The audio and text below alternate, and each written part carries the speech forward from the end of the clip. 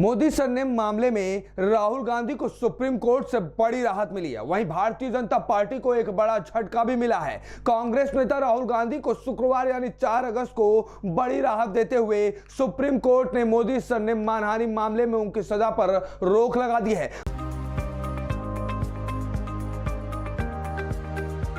मगर राहुल गांधी की मुसीबतें यहीं खत्म नहीं होती हैं। अपनी इस रिपोर्ट में हम आपको दिखाएंगे कि कैसे राहुल गांधी को सुप्रीम कोर्ट से सुप्रीम सजा तो मिल गई है, लेकिन अभी उनकी आगे की मुसीबतें और हैं। 2019 में मोदी सरनेम पर टिप्पणी को लेकर गुजरात की कोर्ट ने राहुल गांधी को 2 साल की सजा सुनाई थी, जिसके बाद उनकी लोकसभा सदस्यता भी चली गई थी। सुप्रीम कोर्ट से सजा पर रोक तब तक जारी रहेगी जब तक सूरत की सत्र अदालत से इस मामले में फैसला नहीं आ जाता। वहीं राहुल गांधी ने कन्विक्शन के खिलाफ सूरत की सत्र अदालत में अपील दायर कर रखी है, जो अभी लंबित है। ऐसे में राहुल गांधी को सुप्रीम कोर्ट से राहत तो मिली है, लेकिन उनकी कानूनी मुश्किलें अभी पूरी तरह से खत्म नहीं हुई हैं। आइए दिखाते हैं आपको अब इस केस में आगे क्या होगा।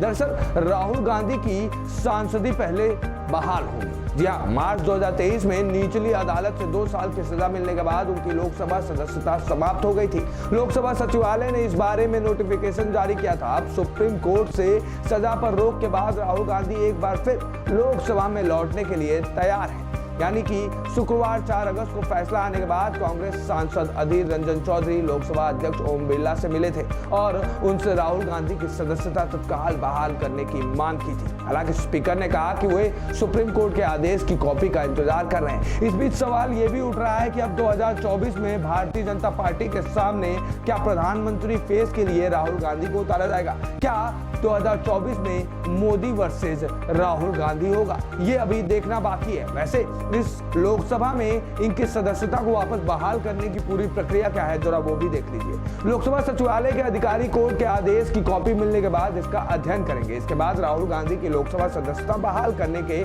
संबंध में एक आदेश जारी किया जाएगा। हालांकि इस प्रक्रिया के पूरी होने की निश्चित समय सीमा नहीं है, लेकिन आशा है कि राहुल गांधी अगले सप्ताह लोकसभा की कार्रवाई में भाग ले सकेंगे। ऐसे में इसी साल एक मामले में ऐसा ही हुआ था। राहुल गांधी की तरह का ही एक मामला राष्ट्रवादी कांग्रेस पार्टी यानी कि एनसीपी के सांसद मोहम्मद फैजल के साथ हुआ था। इस साल भी हो चुका है। जनवरी 2023 में एक आपराधिक मामले में 10 साल की सजा पाने के बाद उनकी संसद सदस्यता चली गई थी। मार्च में उन्होंने केरल हाई कोर्ट में अपील की, जहां उनकी दोष सिद्धि और सजा निलंबित कर दी गई थी। इसके बाद उनकी संसद सदस्यता बहाल हो गई थी। वहीं अभी भी राहुल गांधी की कानूनी मुश्किलें खत्म नहीं हुई।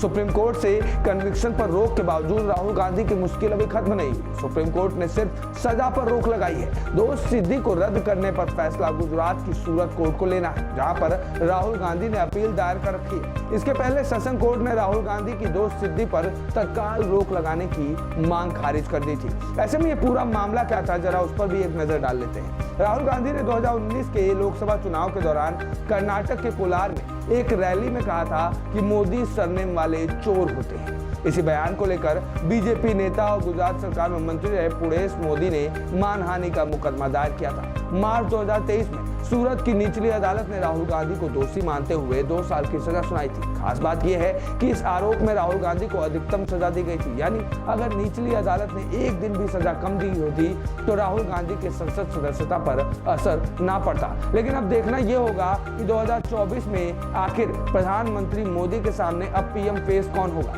जब तक राहुल गांधी के ऊपर सजा चल रही थी, तब तक ये माना जा रहा था कि विपक्षी गठबंधन में राहुल के अलावा और कोई चेहरा नहीं है जो पीएम फेस के लिए सामने आए। नाम तो बहुत आ रहे थे, नीतीश कुमार, ममता बनर्जी, लेकिन किसी के भी पक्ष में तमाम पूरी गठबंधन पार्टियां नहीं थी। सभी पार्टियां एक दूसरे का अपना राग कर रही थी। इस बीच राहुल गांधी की सदस्यता वापस से बहाल करना और राहुल गांधी की सजा पर रोक लगाने से एक बात अब फिर साफ हो गई है कि कहीं ना कहीं आने वाले समय में कांग्रेस एक बार फिर राहुल गांधी के चेहरे पर ही चुनाव लड़ेगी और जैसा कि वो सपना देखती आई है प्रधानमंत्री पदवी के लिए, कहीं ना कहीं कांग्रेस राहुल गांधी का चेहरा आगे करेगी। अब देखना यह होगा कि आने वाले समय में क्या होगा और राहुल गांधी की सदस्यता रद्द होती है या फिर उनकी कानूनी मुश्किलें और बढ़ती हैं। गुजरात कोर्ट इस पर क्या सजा सुनाता है, क्या आदेश सुनाता है। न्यूज़ टुडे से विश्वेश तिवारी की रिपोर्ट।